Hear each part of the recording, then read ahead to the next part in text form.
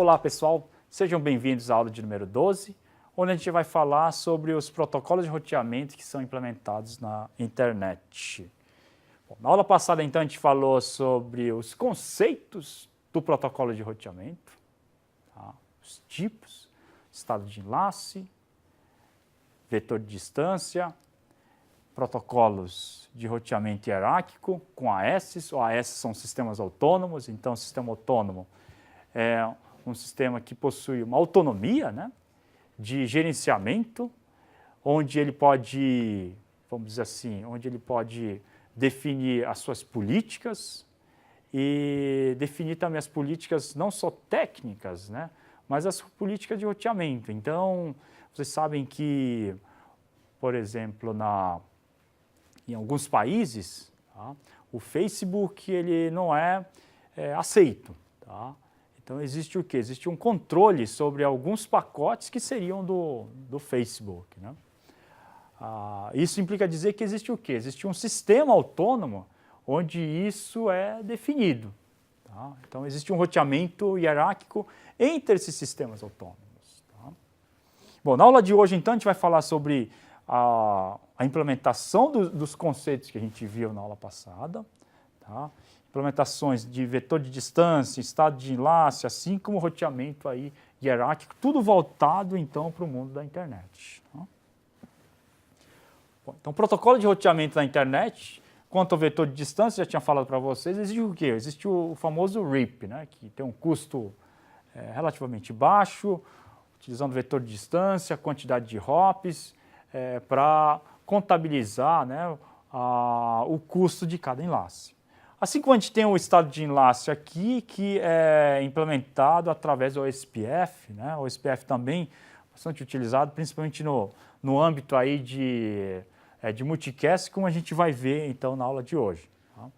E dentro de uma organização também, não é só esses dois protocolos de roteamento, existe também o quê? Existe também o BGP, né? Então, o BGP seria o quê? Seria o protocolo de roteamento para realizar o quê? Realizar o roteamento, por assim dizer, entre quem? Entre os sistemas autônomos diferentes, tá? Então, existe o roteamento dentro de um sistema autônomo e existe também o roteamento entre os sistemas autônomos diferentes. A internet, na realidade, é um conjunto de quê? É um conjunto desses sistemas autônomos que vão se intercomunicar. Bom, então, voltando aqui para o RIP, né? Routing Information Protocol, né? Então, a gente tem aqui um algoritmo de vetor de distância, tá? Implementado na internet, utiliza o algoritmo de vetor de distância, onde é calculado o quê?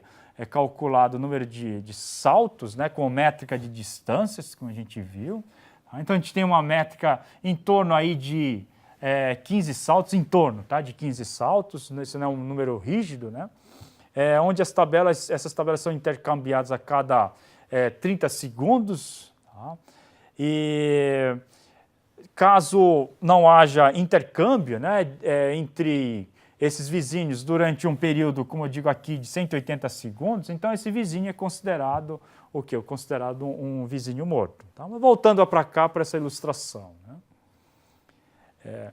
Um roteador da tabela A aqui, ó, na tabela de roteamento, desculpa, no roteador A, ela vai possuir o quê? Vai possuir essas tabelas, essa tabela contendo esses dados aqui de roteamento, tá? Então, para o endereço U, o número de saltos que ela vai fazer é o quê? Vai fazer seria 1. Tá? Para o endereço de rede W, tá, que se encontra aqui, ela vai realizar o quê? Vai realizar aqui, ó, U, né, V, W aqui. Então, ela vai realizar uma e duas aqui, né?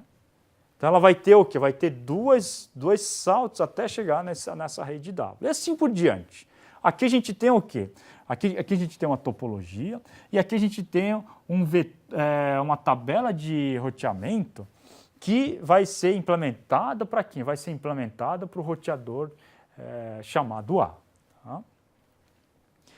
Bom, então esses vetores de distância elas vão ser trocados, como eu já falei, usando o quê? Usando mensagens CMP, como você já sabe que o CMP seria parte do protocolo IP, e esse protocolo IP ela possui um módulo chamado ICMP que vai tratar o quê? Vai tratar dos erros e do controle dos anúncios aí da própria rede. E um dos anúncios seria o quê? Um dos anúncios seria do vetor de distâncias. Tá?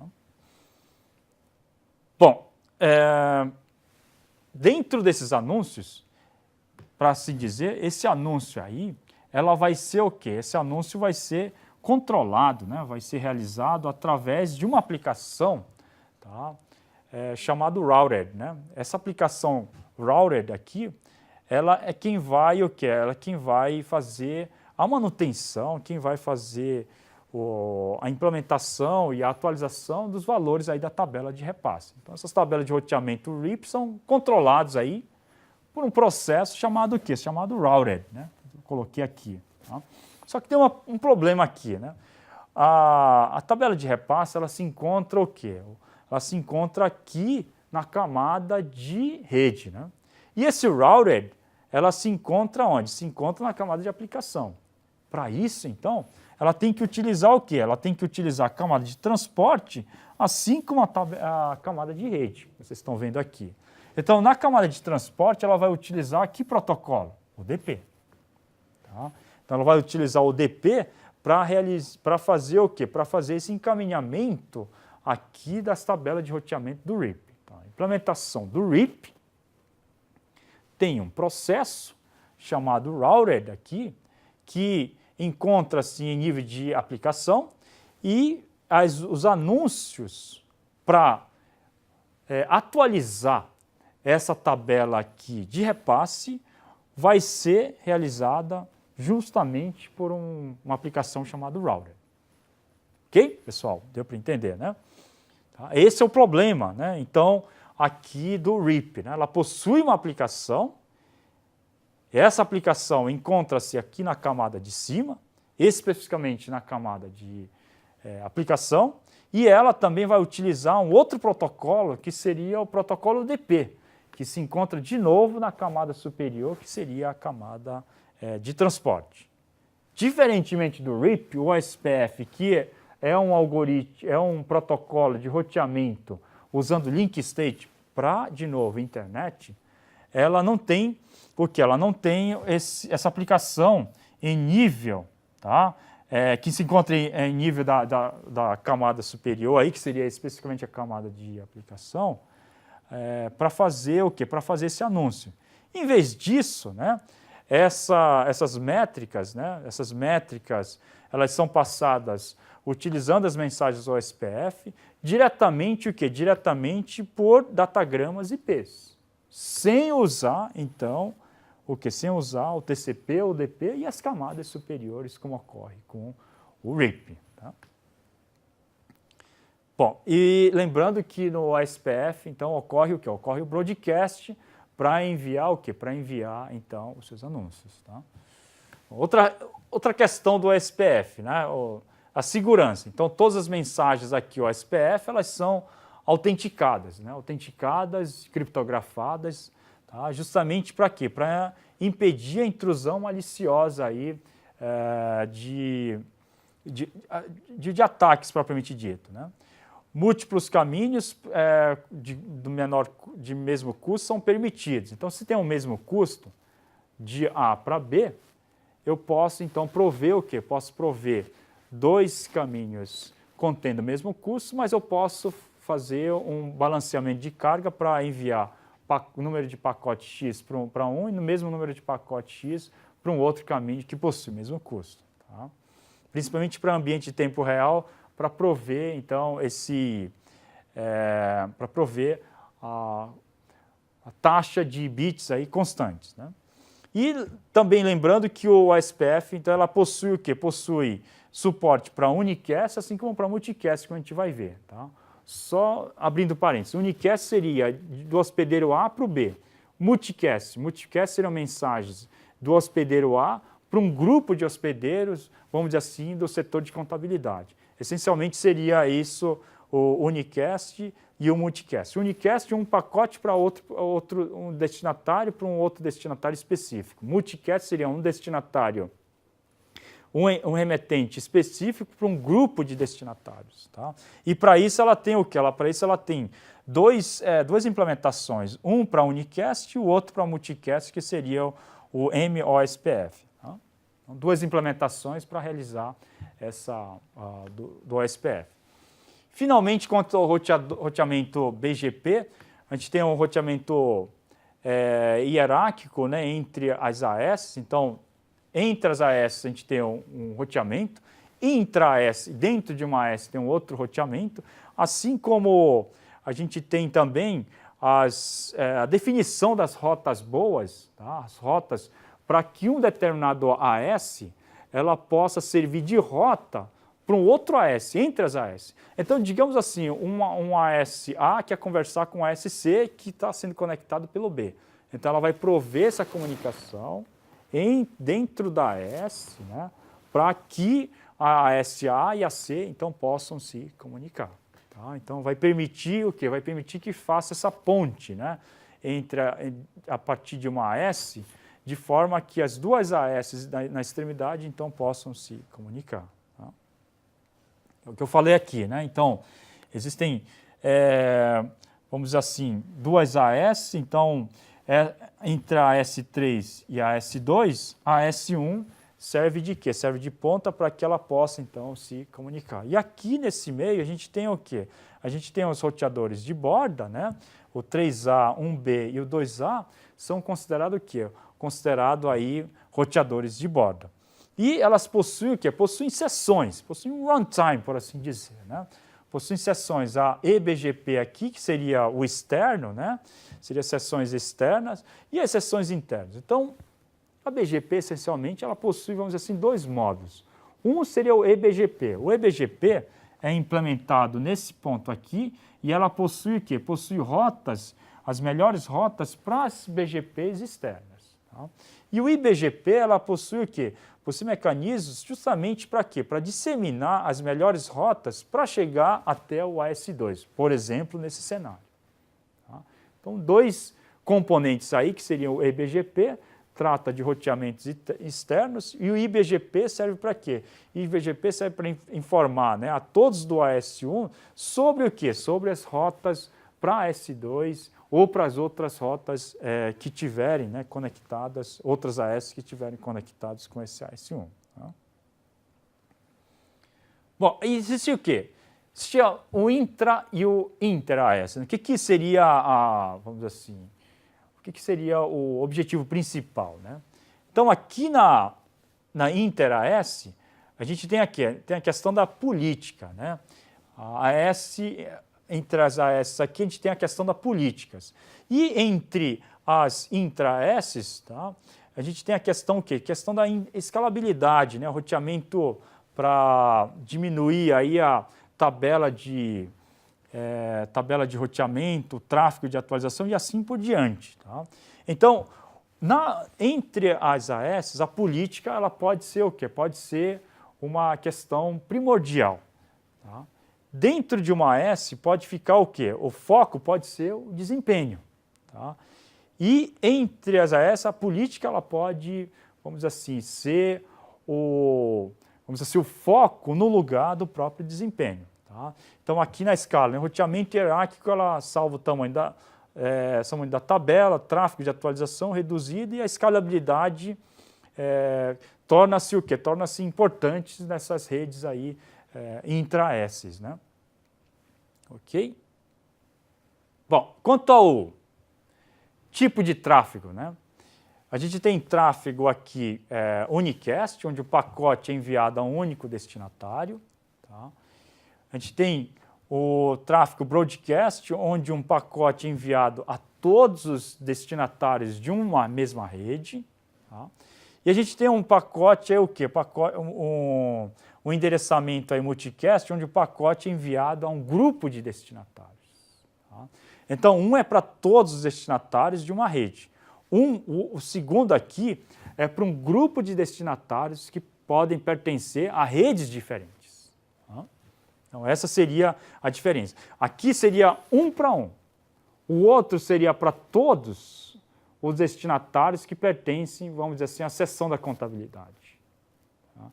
E o terceiro aqui seria um pacote endereçado para um grupo de usuários que pertencem o quê? Que podem pertencer a redes diferentes. Então, todos os usuários que são o quê? São da comunidade, vamos assim, japonesa. Então, ela pode endereçar um pacote para a Unicamp, para a USP, para a Unesp, para a Unip e assim por diante. Tá? São para vários destinatários diferentes. Tá? Bom, vamos começar aqui com a difusão, que seria o broadcast. Né? No broadcast, a gente tem o quê? A gente tem um encaminhamento de pacotes para todos os destinatários que pertencem a uma mesma rede. Tá? Então, a gente tem um repasse pelo controlado aqui, de forma a evitar a tempestade de broadcast. Tá? Ora, se um determinado pacote ela é difundida a partir aqui do A, se vocês forem ver, ela pode o quê? Pode causar uma tempestade de broadcast. Tá? Onde um pacote de A pode chegar a C, de C pode enviar para B, de B pode enviar para D e assim por diante. Ó. Aqui, tá? Para cá. Então, vai o quê? Vai haver uma tempestade aqui de broadcast. Tá? Então, tem que fazer o quê? Tem que fazer uma difusão aqui controlada. Tá? Controlar essa difusão. Então, como é que eu faço para controlar essa difusão?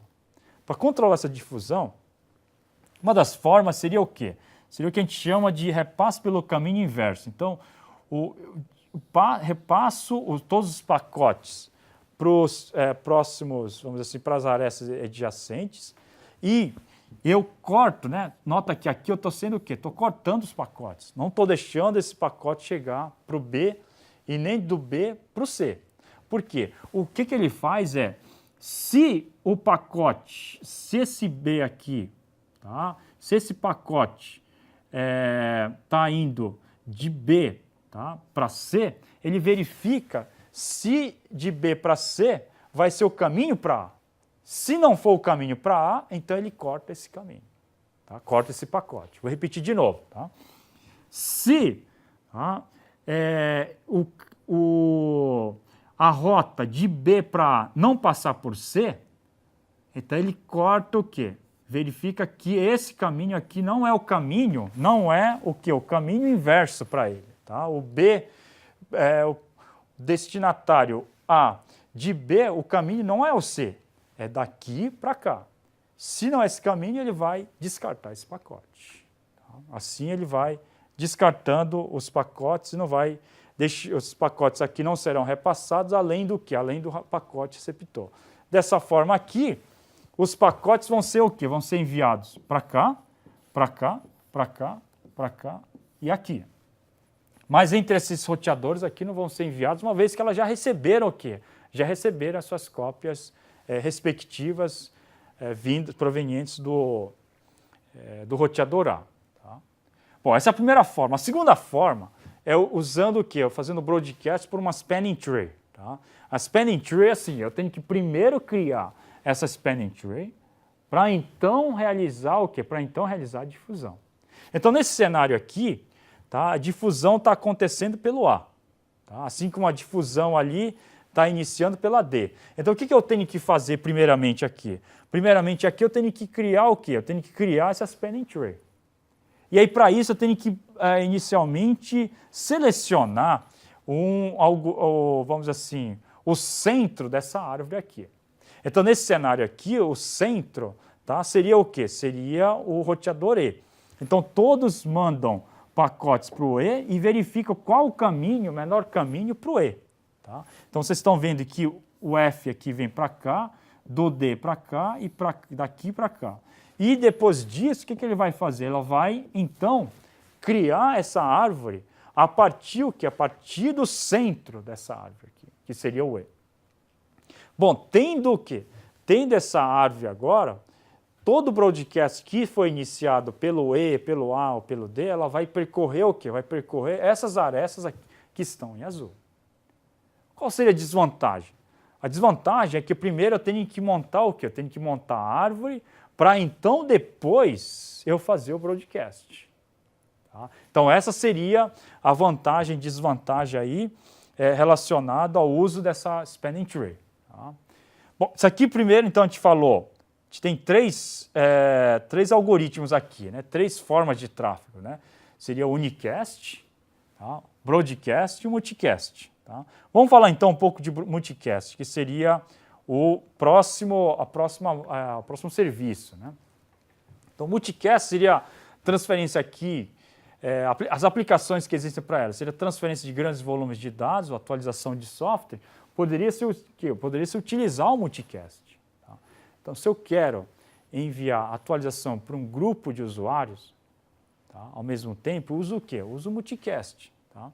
Assim como os jogos, né, de multiusuários, um exemplo de uso de multicast seria os jogos multiusuários. Tá? Então, se tem um grupo de pessoas na internet jogando, eu posso usar um pacote multicast, uma vez que esses pacotes vão ser endereçados apenas para os participantes desse jogo. Tá? Vamos dizer assim, que eu quero fazer uma videoconferência.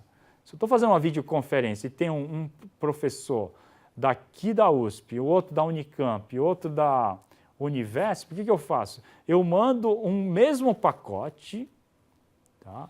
Daqui para aqui, para a Unicamp, para a Univesp e para a USP. Tá? Uma cópia só para essas 3 instituições. Então, essas são o quê? Essas são as aplicações para o multicast, que são, por sinal, são largamente aí utilizados. Né? Tá? Então, como é que funciona o multicast? O multicast ela possui um endereçamento, tá, de classe D, que a gente chama endereçamento tal IP. Tá? Então, existe o quê? Existe um endereço IP, tá, único para endereçar o quê? Para justamente endereçar todos os grupos multicast da internet. Tá?